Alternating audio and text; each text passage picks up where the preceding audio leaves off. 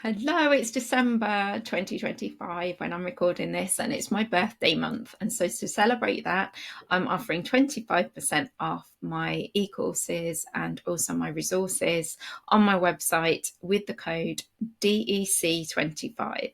So, if you're interested in any resources to support you in your children's wellbeing business or any trainings to support you in children's wellbeing, classes or children's yoga classes, then check out the e-courses that are on my website. I'll include a link in the thing and use the code DEC25 for 25% off.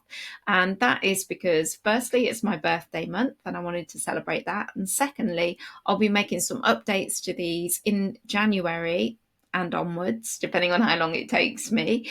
And anyone who buys these now will also receive those updates then as well. So let's get into today's episode or video or whatever you call these things that I do, talking on my own in my office. And so today I wanted to talk about my why. And so this has been released on my actual birthday. And so happy birthday to me. I wanted to share some personal things about why it is I do what I do. Because, this time of year, when it comes around to your birthday, you think another year older, what am I doing in life? And you think, yeah, why do I do what I do? And so I wanted to share with you why I do what I do. So many of you will already know that I used to be a primary teacher. I actually used to be a school leader too. And then when I had my children, or my first child, I found it really difficult to get back into the world of education.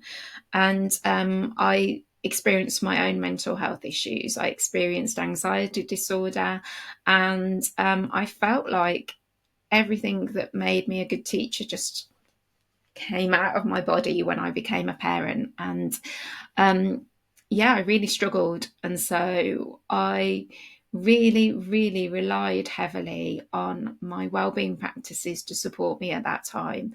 So I've always practiced yoga and mindfulness. That's all, well, the whole of my adult life. I've been doing that.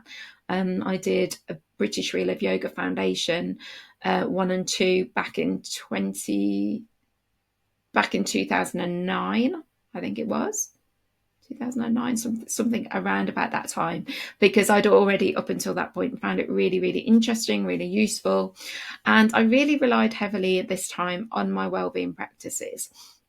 And so when I made the decision to leave teaching, because it really wasn't working for me or for my family anymore, I just found that I was stressed all the time.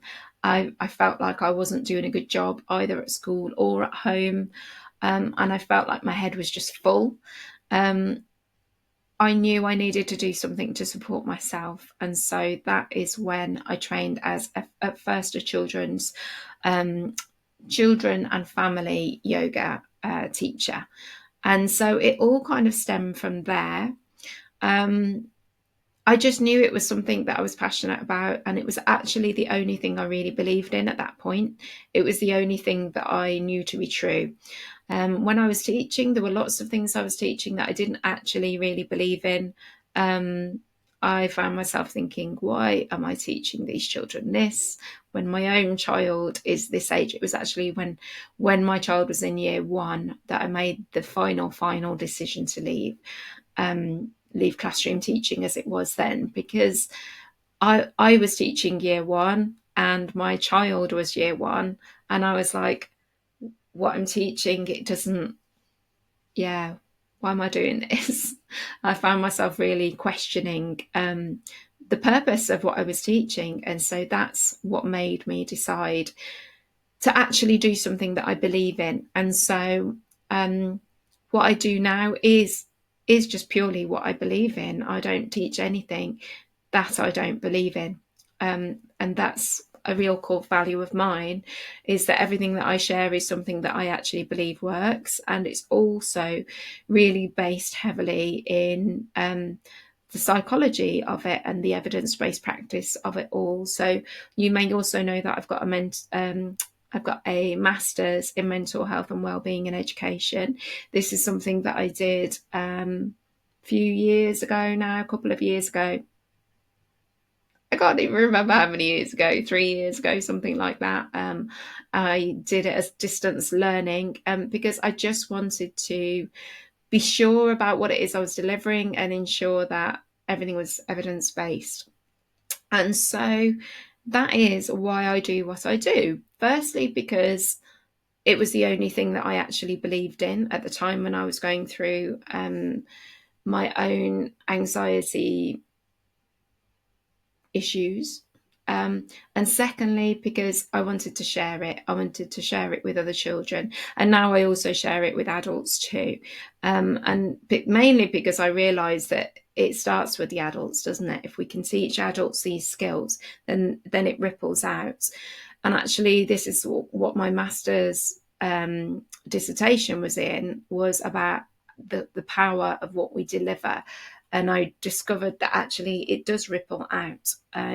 Some adults teach some children, and those teachers and those children and those teachers teach others, and then it ripples out. It ripples out into society. And I know this to be true because I regularly get told by parents of children who I teach, "Oh, my child taught me this, and we did this at home," or a child comes to me from another class and says, "Oh, my older sibling taught me this."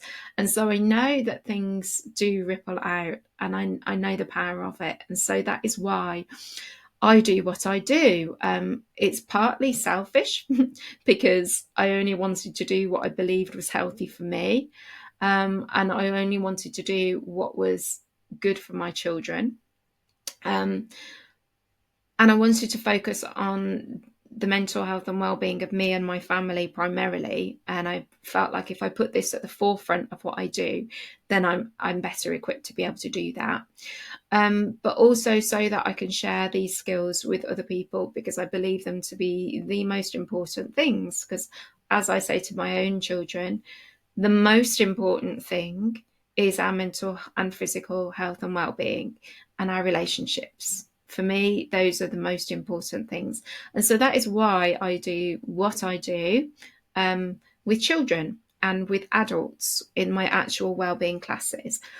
And then I decided that I would teach what I know or what I've experienced so far in my own teaching journey, to share these with other kids yoga teachers, kids wellbeing teachers, kids mindfulness teachers, other practitioners, children's wellbeing practitioners, and why I've created the training, all of the trainings that I've created and am creating and developing further, is because I want to support other people to do this. And I feel like it's really, really important work that we do. And I want to help other children's wellbeing practitioners as much as I can by sharing what I've experienced in the past decade, by passing on what I know to be true. And so this isn't me saying I am an expert and I have all of the answers. This is me saying I've had some experiences that I believe help other people too. And so this is why I do what I do. And I really wanted to share that with you today on my birthday, because it's what's important to me. And so I just want to invite you now to have a little think about this, and maybe if it resonates with you, maybe a journal, or maybe have a little think while you're going on a little walk, if that's something that you do. Have a little think about why it is that you do what you do. And it may be that you know immediately, or it may be that it needs a little bit of digging. What is it in your life that has brought you to do what you do? And what is most important about what you do? What's most important to you? And so, it being my birthday has me thinking of this word legacy. What is my legacy? What do I pass on? And especially as there's been a few sad deaths recently in my extended family, in my home family, and it has me thinking, what did these people pass on? What was their legacy? And it has me thinking about mine. What is my legacy? What do I want my legacy to be? And so, yeah, this was just my thoughts on my birthday week. What is my legacy? Why do I do what I do? And what do I hope for the future? Not just for my family, for my own personal family, but for the people who I meet, because we impact everybody in our lives, don't we? When we make a new connection, when we meet somebody new, we impact their lives. And I really hope that the way that I impact lives is in a positive way. I know that it won't always be the case, but that's what I hope. And yeah, that's me having a pensive moment on my birthday week. So I hope you found this interesting, thought-provoking in some way, and I would love to know your thoughts on it. And I'd really love to know, why do you do what you do? And if you need some help doing what you do, check out my courses, my resources, my trainings that are on my website. I'll link them below, that are 25% off at the moment. Thanks for watching.